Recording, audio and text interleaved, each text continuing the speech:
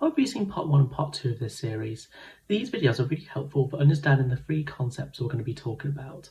These concepts are the lack of rewards, an increase in stresses, and the avoidance patterns often seen in depression. This video will explore breaking out of these avoidance patterns to increase the amount of rewards we experience in our life and to reduce the amount of stresses we experience. When we talk about rewards, we're talking about activities that give our life a sense of meaning, achievement, and pleasure. And stresses are things in our life which are causing us issues and making us feel sad. This could be relationship problems, work problems, debt, and so on. First, we need to explore our values and what we want our life to look like. That way we can replace our avoidance patterns with activities that move us towards a more meaningful life. For this, let's try a little task together. I want you to pick a role that you often take with other people, such as being a friend, a partner, a teacher, how you act in work relationships, as a student, etc. Now imagine someone you interact with in that role. Imagine they're being interviewed and they have to talk about what they think of you as a person. What would you want them to say about you?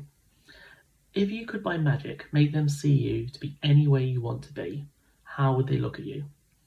Think about how they would see you as a person.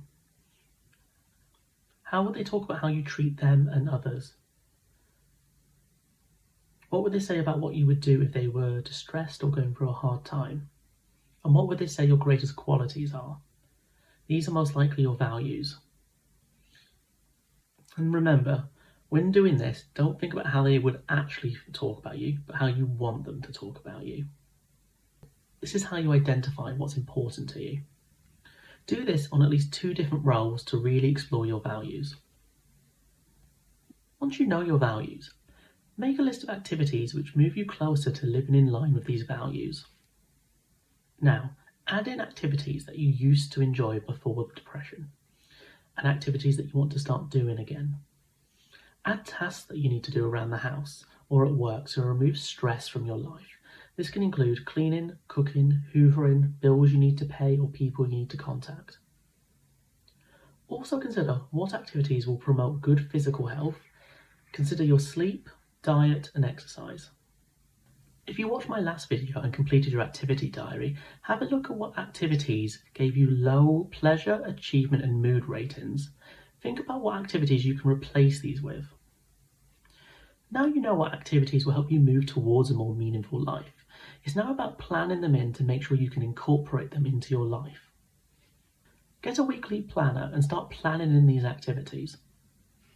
When we are depressed, we need to plan in activities because we often have good intentions but very little follow through, and planning in helps us overcome this. One of the best ways to plan is to use the 4 W's. These are: ask yourself exactly what you're going to do, exactly when you're going to do it, exactly where this needs to be done, and if the plan requires other people, with who the plan needs to be done with. Planning like this boosts our motivation and makes it much more likely for us to follow through. And this is really important when we feel depressed, as we easily talk ourselves out of doing things out of low motivation, energy, or an attitude of you cannot be bothered. When it comes time to doing these activities, force yourself to follow the plan, not how you feel on the day. Your depression may say you are too tired, or what's the point? Ignore it and follow through to live a more meaningful life. Over time, this increases the rewards in your life, which becomes a self-reinforcing cycle.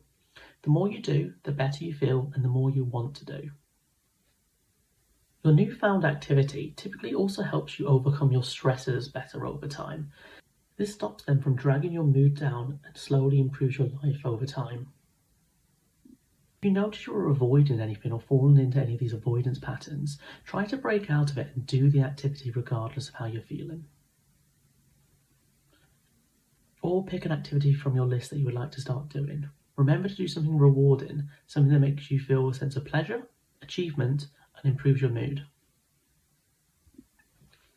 My next video will be on a tool that we can use to troubleshoot when the depression tries to fight back and makes us fall back into these avoidance patterns.